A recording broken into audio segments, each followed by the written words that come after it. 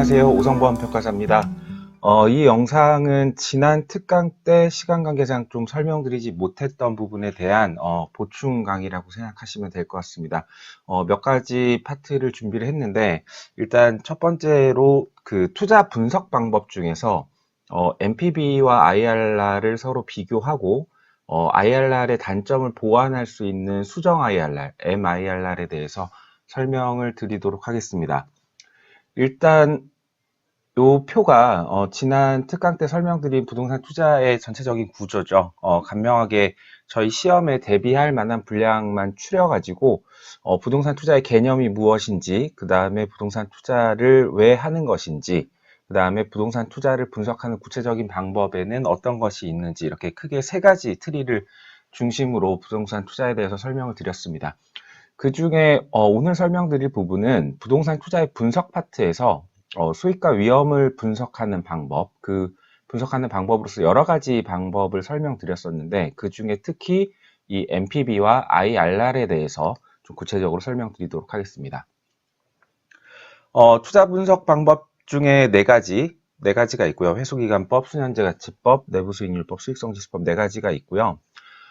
각각에 대해서 의의가 무엇이고, 그 다음에 어떤 방법으로 산정을 하고, 그 다음에 그렇게 산정된 결과를 가지고 판단하는 기준은 무엇인지, 그 기준은 투자안이 단일한 투자안인지 복수의 투자안인지에 따라서 달라진다는 말씀을 드렸습니다.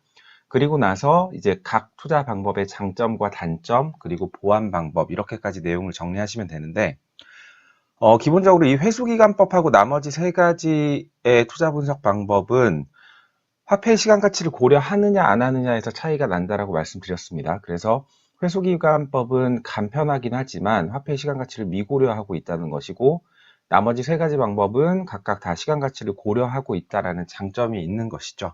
그러면은 나머지 이 순현재가치법, 내부수익률법, 수익성지수법의 각각의 장단점을 보면 서로 대응되는 장단점들이 있습니다. 자, 예를 들어서 순현재가치법에는 가치가산 원칙을 준수하고 있다라고 되어 있고, 수익성지수법도 마찬가지로 가치가산 원칙을 준수하고 있다라고 되어 있는데, 내부수익률법에는 가치가산 원칙을 미고려하고 있다는 단점이 있습니다. 그러니까 순현재가치법과 수익성지수법의 장점이 내부수익률법에서는 단점이 되고 있다는 걸 확인하실 수 있을 거고요. 규모도 마찬가지죠. 지금 순현재가치법의 단점으로 나와 있는 규모에 대한 미고려가 내부수익률법과 수익성지수법에는 없어요. 그러니까 내부수익률법과 수익성지수법은 규모를 고려한 투자 분석 방법이라고 보실 수 있을 것 같습니다. 그렇게 좀 장단점이 서로 대응이 되죠.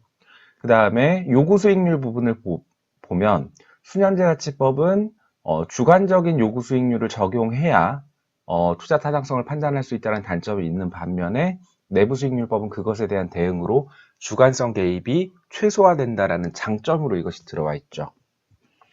그래서 이제 이 투자 분석 방법들의 장점과 단점이 서로 크로스되면서 한쪽의 장점은 다른 쪽의 단점이 된다라는 점, 그것을 좀 봐주시면 될 것 같습니다. 그래서 지금 말씀드린 서로 대응되는 장단점에 대해서 각각 좀 설명을 드리고, 그 다음에 이 내부수익률법의 고유의 단점인 이 재투자 수익률이 비현실적인 것 아니냐, 그리고 이것을 극복하기 위한 보완 방법으로 수정 내부수익률법은 어떻게 적용하는지 이렇게 설명을 드리도록 하겠습니다.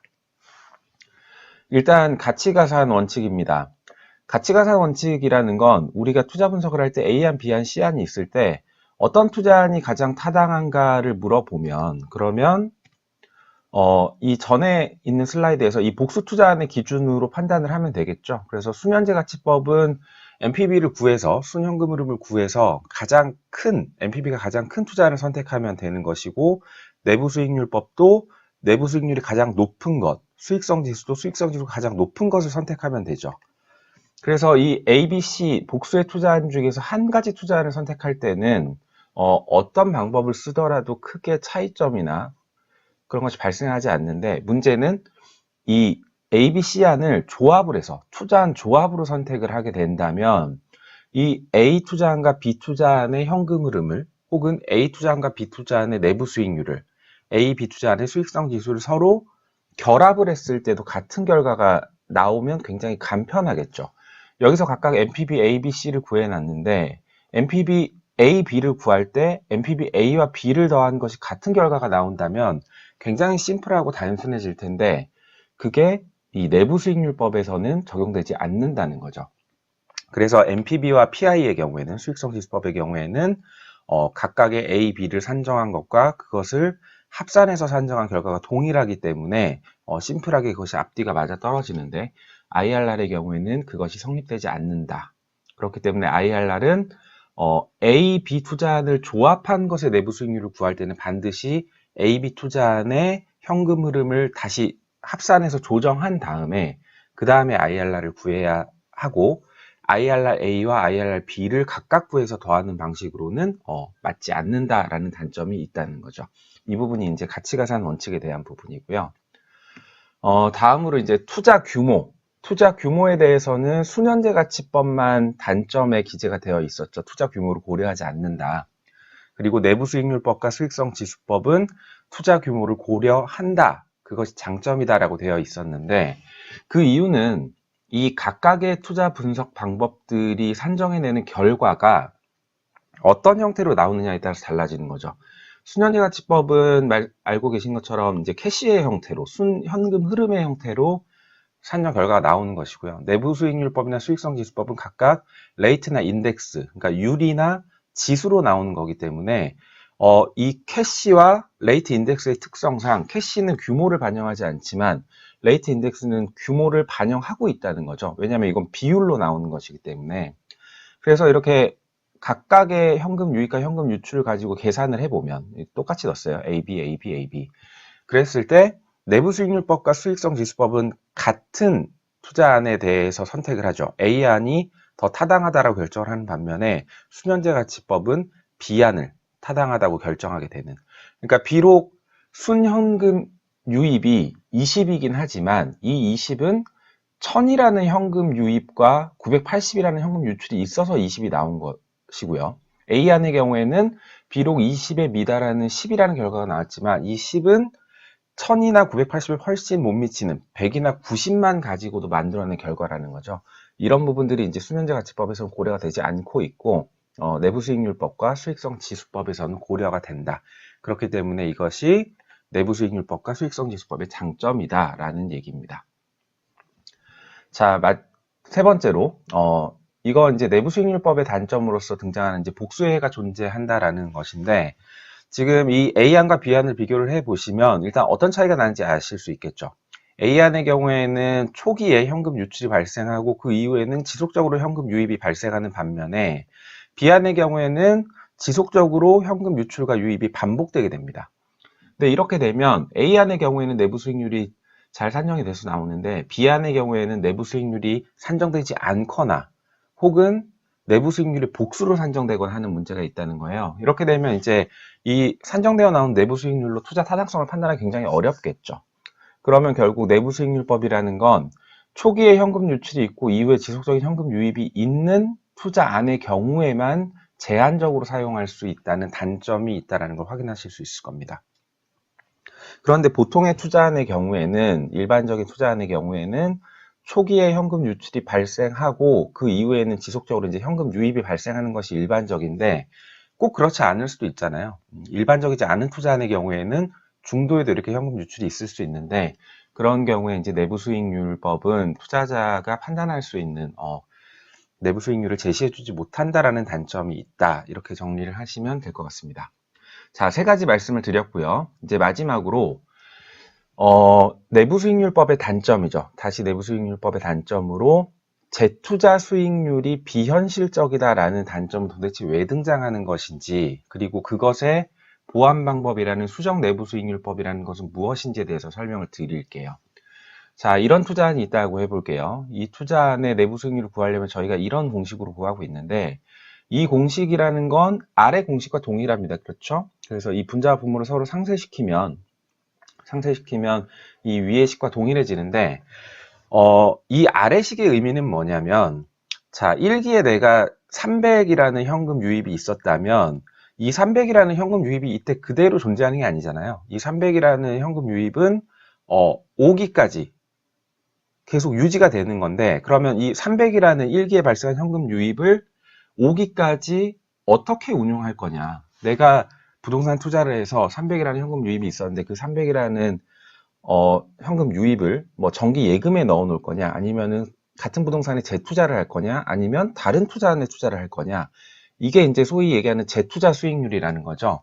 1기에 발생한 현금 유입을 5기까지 어떻게 운용할 거냐, 2기에 발생한 500이라는 현금 유입을 5기까지 어떻게 운용할 거냐, 3기, 4기를 어떻게 운용할 거냐라는 재투자 수익률인데, 지금 아래에서 보시는 것처럼 IRR법에서는 내부 수익률에 적용되는 이유를 그대로 재투자 수익률로 적용하고 있는 거예요. 그러니까 이 아래식이 원본식이고, 이 아래식을 위아래로 상쇄시켜서 간편식으로 만들면 이제 우리가 알고 있는, 익히 알고 있는 내부 수익률법의 공식이 되는데, 이 공식 자체에 이미 각 기에 발생한 현금 유입을 내부 수익률과 동일한 수익률로 운용한다라는 전제가 깔려 있다는 거죠.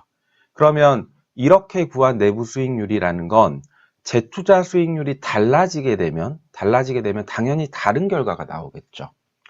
그러면 이 재투자 수익률을 내부 수익률과 동일하다라고 놓는 것이 왜 비현실적이냐 하는 문제는, 반드시 1기에 발생한 현금 유입을, 2, 3, 4기에 발생한 현금 유입을 계속 그 자산에 반드시 투자한다라고만 보기는 어렵잖아요. 그렇지 않은 경우도 있기 때문에, 예를 들면 지난 특강 때 말씀드렸지만, 내가 오피스텔에 투자를 해서 오피스텔에서 월세를 받았다.